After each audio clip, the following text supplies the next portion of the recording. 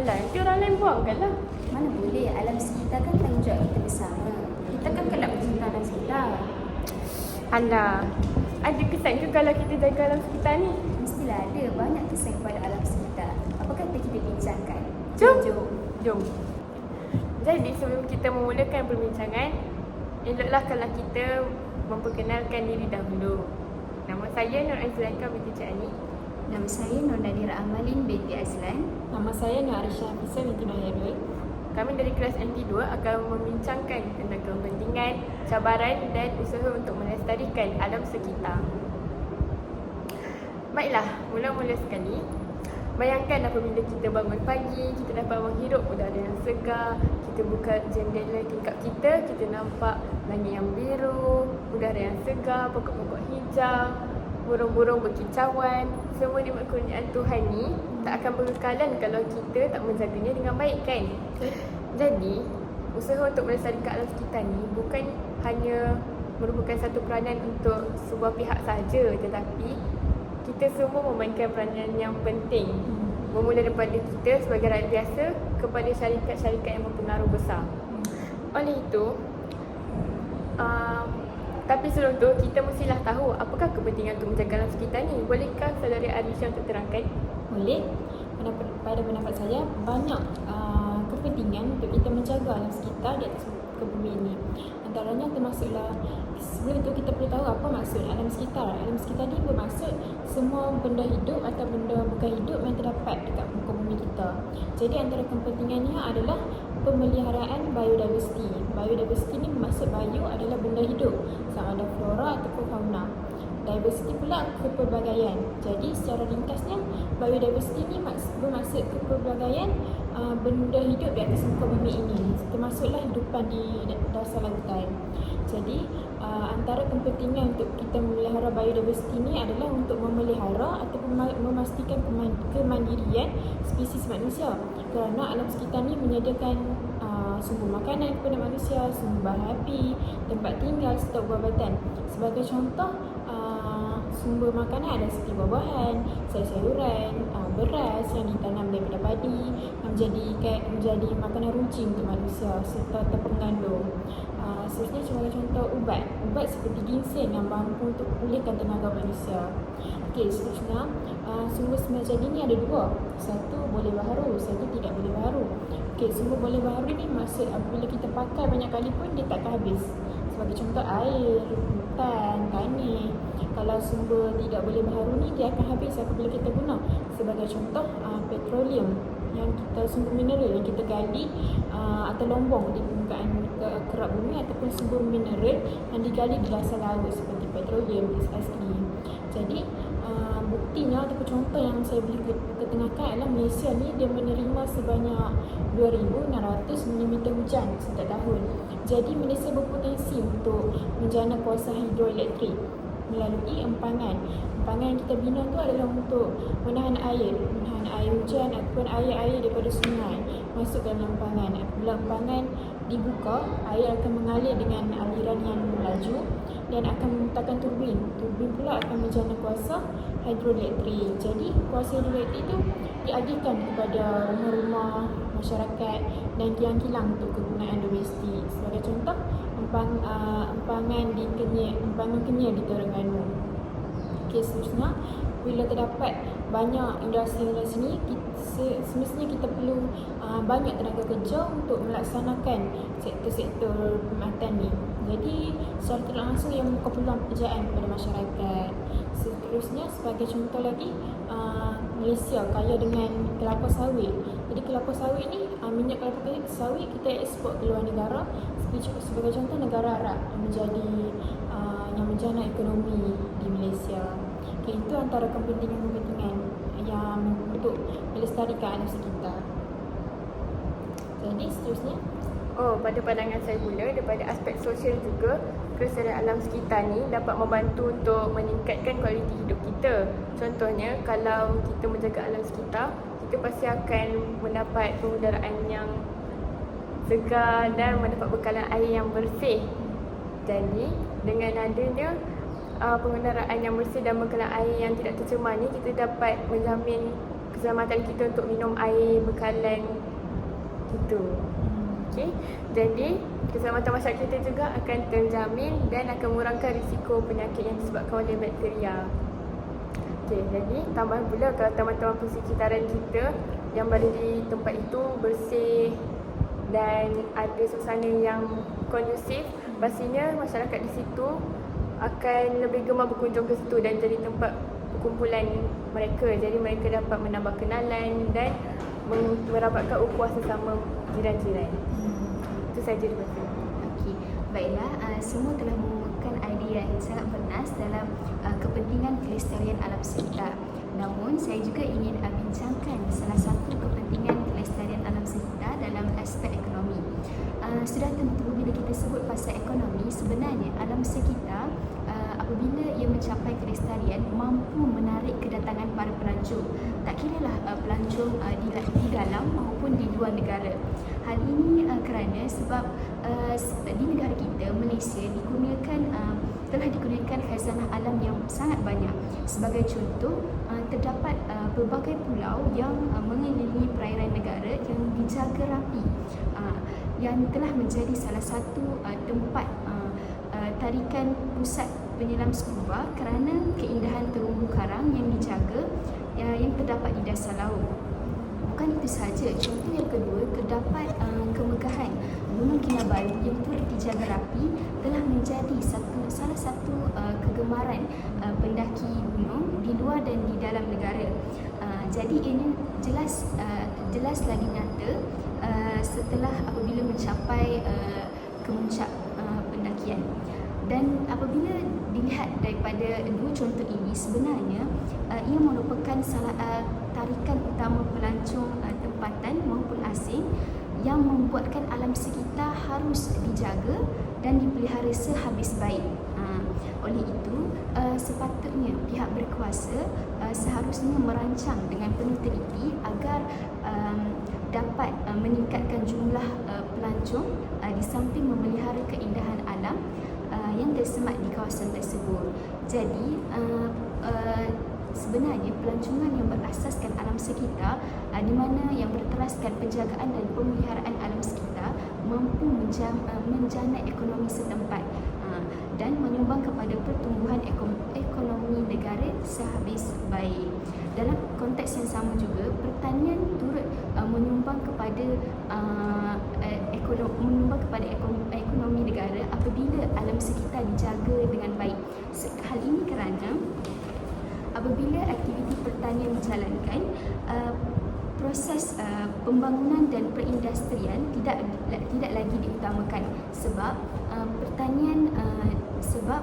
aktiviti pertanian mampu memelihara alam sekitar daripada terus memfokuskan pembangunan dan perindustrian.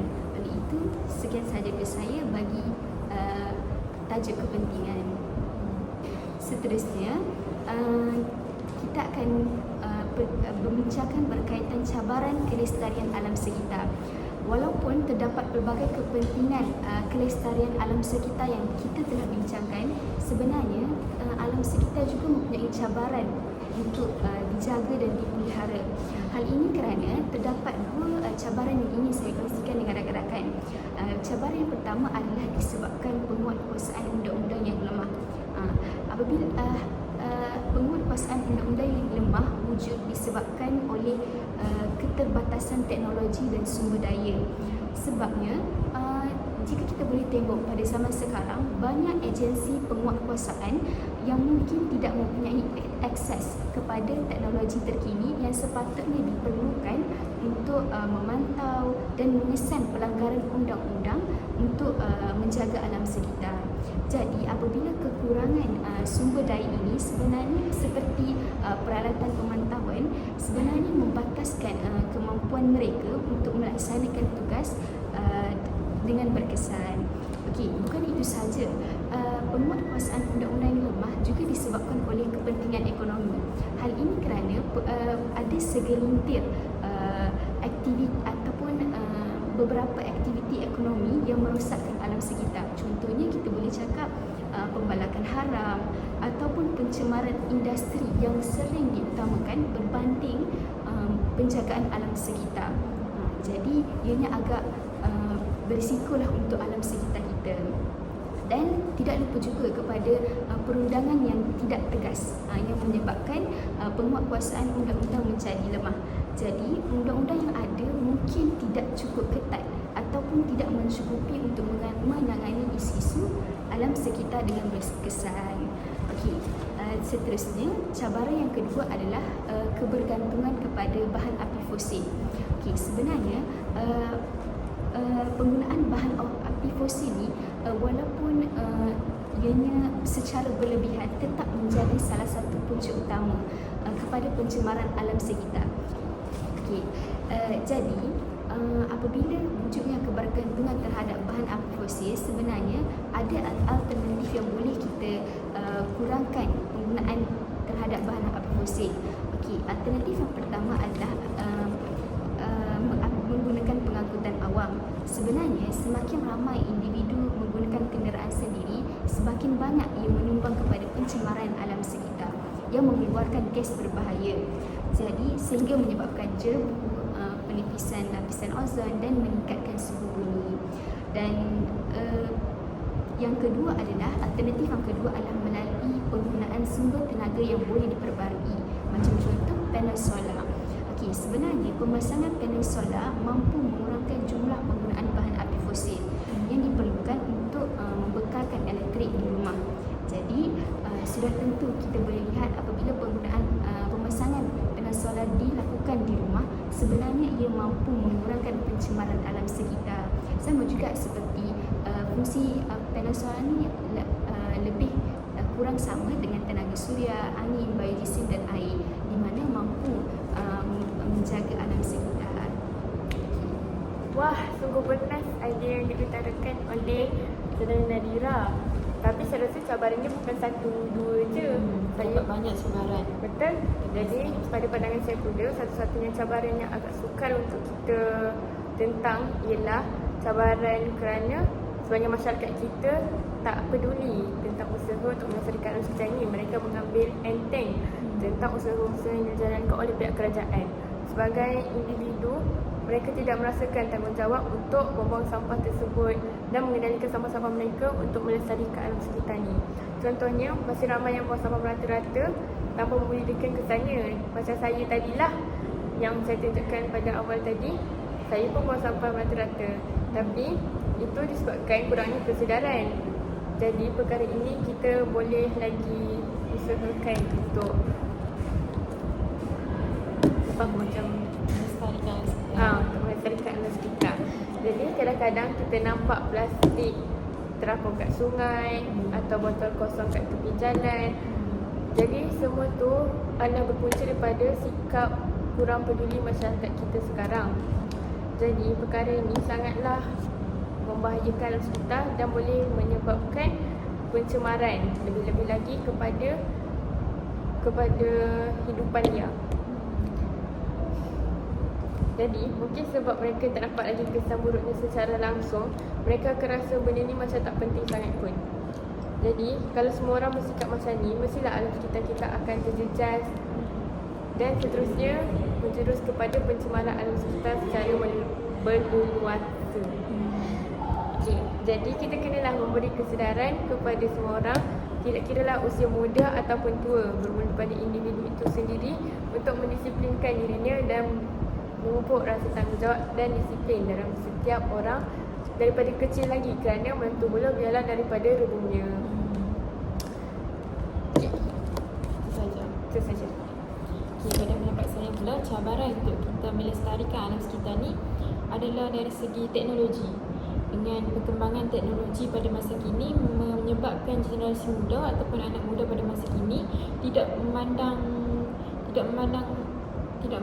terhadap alam sekitar. Dia pun mereka tidak tahu yang kepentingan untuk menjaga alam sekitar tersebut kerana mereka terlalu leka bermain dengan gadget yang mereka ada.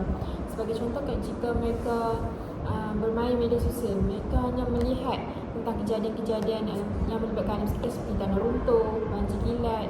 Namun mereka tidak rasa simpati terhadap perkara tersebut. Mereka tidak rasa ingin tahu tentang lebih lanjut bagaimana perkara tersebut itu berlaku. Kalau mereka lebih leka ataupun lebih berminat untuk bermain gadget serta teknologi yang ada dalam telefon itu.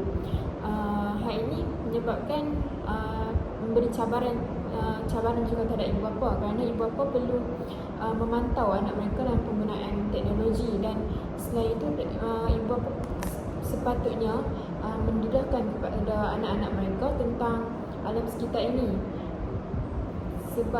Disebabkan oleh kanak-kanak ni, kita perlu didik dari sejak kecil seperti yang saya kata, menuntut bulu biar daya rebungnya.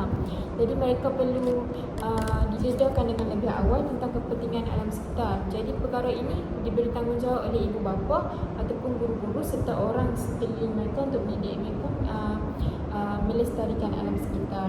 Jadi mungkin ibu bapa tidak peduli tentang kepentingan alam sekitar disebabkan oleh sibuk dengan kerja mereka, ataupun ibu bapa juga terlalu leka dengan teknologi sehingga tidak sedar bahawa anak-anak mereka perlu diberi pendedahan tentang alam sekitar.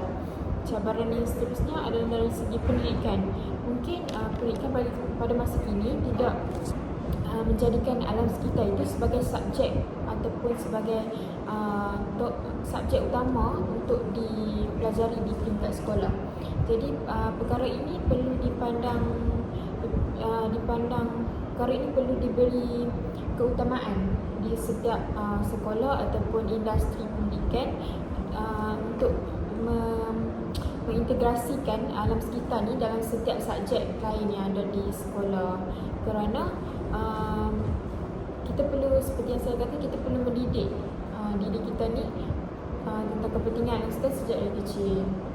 Okay, seterusnya kita masuk pada usaha untuk melestarikan alam sekitar. Walaupun ada banyak cabaran-cabaran yang kita telah utarakan tadi, tetapi pastinya ada usaha-usaha yang boleh kita lakukan untuk mengatasi cabaran-cabaran yang telah dibincangkan tadi. Okey, salah satu contohnya usaha yang paling memberi kesan yang mendalam kepada semua orang ialah pelaksanaan kempen. Pelaksanaan kempen kesedaran yang melibatkan komuniti yang ramai dan penglibatan yang meluas ni adalah salah satu langkah yang sangat berkesan kerana ia akan melibatkan satu kelompok yang ramai dan bukan sahaja individu-individu itu sendiri. Jadi, tapi namun begitu, penganjuran ini perlulah menonjol supaya orang ramai lebih tertarik untuk melibatkan diri mereka, bukan sahaja setakat iklan ataupun poster. Contohnya, pihak berkaitan boleh mengadakan aktiviti-aktiviti fizikal seperti kempen membersihkan pantai, membersihkan sungai dan menanam pokok di kawasan perumahan.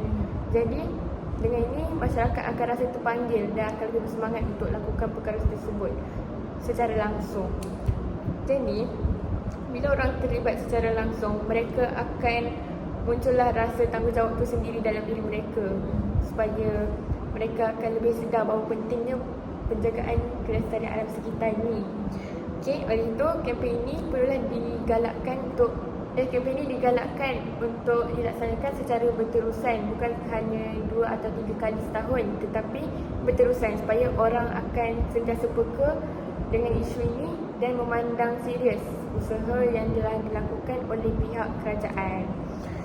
Tapi bukan itu sahaja. Selain daripada itu,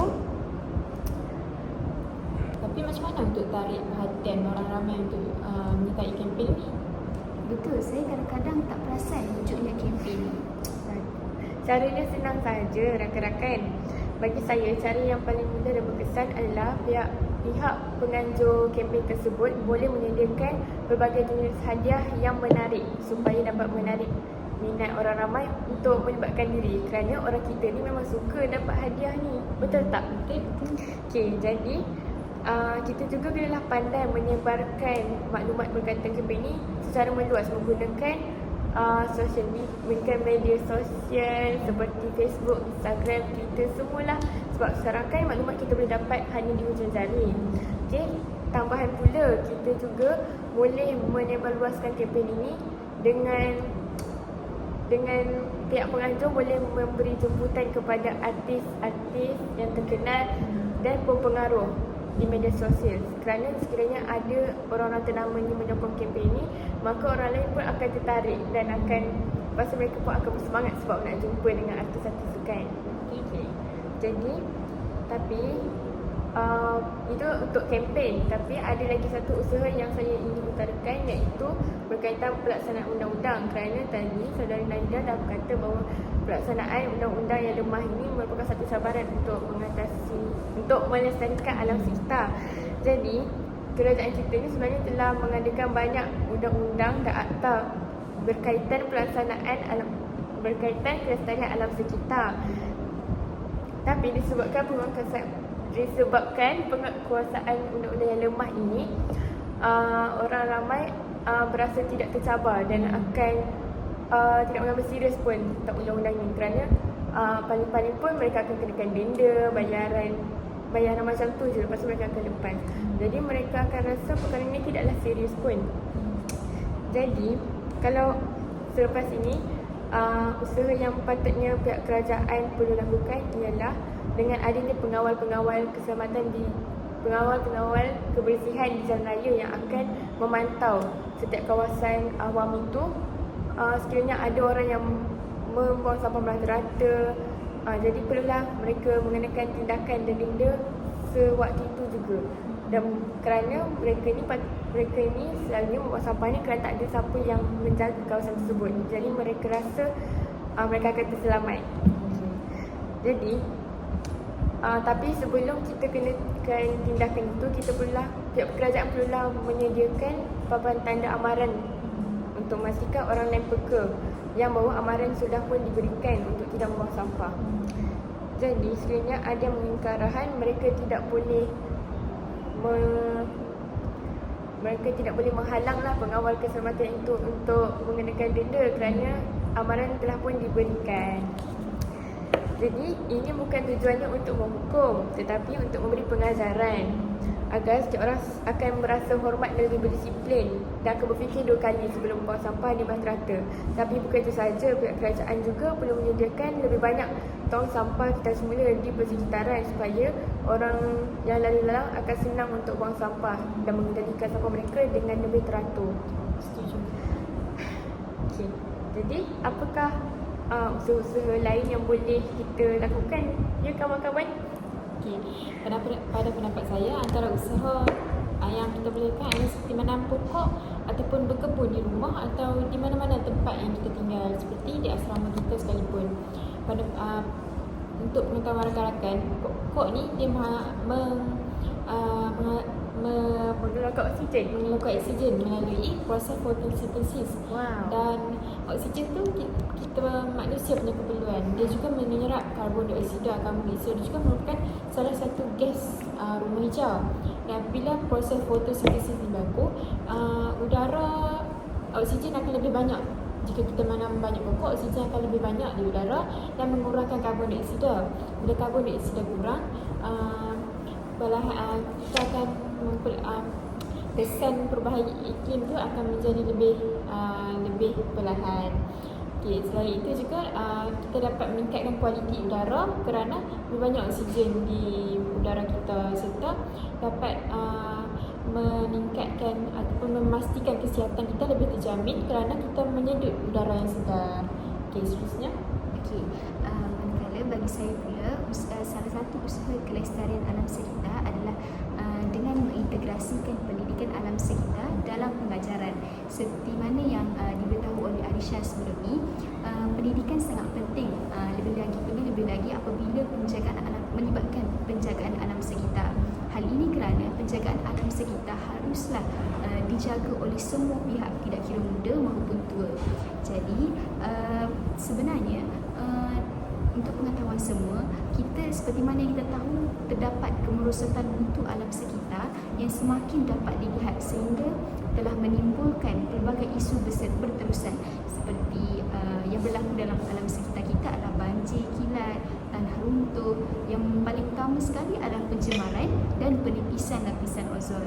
Sebenarnya permasalahan ini merupakan antara isu-isu besar yang tidak pernah surut. Sebaliknya, saban hari kita tengok berlakunya peningkatan terhadap isu-isu tersebut. Justru itu, salah satu usaha yang kita boleh terapkan adalah dengan mengintegrasikan pendidikan alam sekitar dalam pengajaran, iaitu di mana di sekolah, baik pun di peringkat pra, rendah, menengah dan juga di institusi pengajian tinggi, supaya mempunyai kesedaran tinggi terhadap aspek pemeliharaan alam sekitar pada masa hadapan. Jadi ini amat pentinglah, walaupun di usia muda pun kita kena titik beratkan lagi, supaya pada masa akan datang generasi yang baru akan mencontohi sikap-sikap yang baik dalam menjaga dan memelihara alam sekitar. Selain daripada itu, penerapan pendidikan alam sekitar tidak seharusnya hanya dibebankan oleh bahu pendidik semata-mata. Sebaliknya, pelaksanaannya perlulah mendapat sokongan padu daripada semua pihak. Untuk apa? Sebenarnya untuk membentuk masyarakat yang lebih peka dan prihatin terhadap isu-isu alam sekitar sejagat. Bukan itu sahaja, amat penting buat masa sekarang adalah untuk melahirkan masyarakat yang mempunyai pengetahuan luas dan berkemahiran tinggi berkaitan alam sekitar. Wah, sungguh menarik idea-idea yang telah diutarakan oleh saudara Alisha dan Nadira. Baiklah, berdasarkan perbincangan kita tadi, dapat saya simpulkan bahawa kita semua perlulah bekerjasama dan berganding bahu untuk melestarikan alam sekitar, bukan hanya pada pihak kerajaan tapi pada individu itu sendiri. Dan harapan saya agar negara Malaysia akan menjadi teladan kepada negara lain dalam misi melestarikan alam sekitar, supaya dapat meningkatkan imej negara kita di persada dunia. Apakah kesimpulan yang boleh dibuat oleh rakan-rakan lain? Okey, pada saya berharap agar siapa saja yang menonton video ini akan dapat memberi kesedaran dalam diri masing-masing untuk kita tingkatkan lagi pengetahuan kita terhadap alam sekitar dan lebih bersemangat untuk menjaga alam sekitar kita, supaya Malaysia dapat melahirkan generasi muda yang lebih sihat serta masyarakat dapat hidup dan lebih aman dan bahagia kerana tiada sebarang kejadian seperti tanah runtuh, baju kilat yang telah dibincangkan sebentar tadi. Okey, bagi saya pula, dah banyaklah kepentingan yang telah dikupas dalam usaha menjaga alam sekitar sebenarnya. Jadi kalau boleh dengan sifat berat sama dipikul dan ringan sama dijinjing, diharap pencemaran dan bencana alam dapatlah kita elakkan sebelum ia terjadi kepada diri dan negara kita sendiri. Dan semoga segala usaha dan inisiatif untuk menjaga alam sekitar dapat kita sokong dan mendapat perhatian umum sehingga mengubah norma biasa Malaysia kepada norma baru yang lebih baik. Wah, nampaknya masa telah mencemburui kita. Tapi sebelum kami mengundur diri, inginlah saya memberi serangkap pantun. Nama tak bersua, cinta tak bersumi, masih terkenang pada cinta pertama. Jangan pudarkan kehijauan bumi, alam sekitar Harus dijaga. tanggungjawab bersama. Sekian, terima kasih.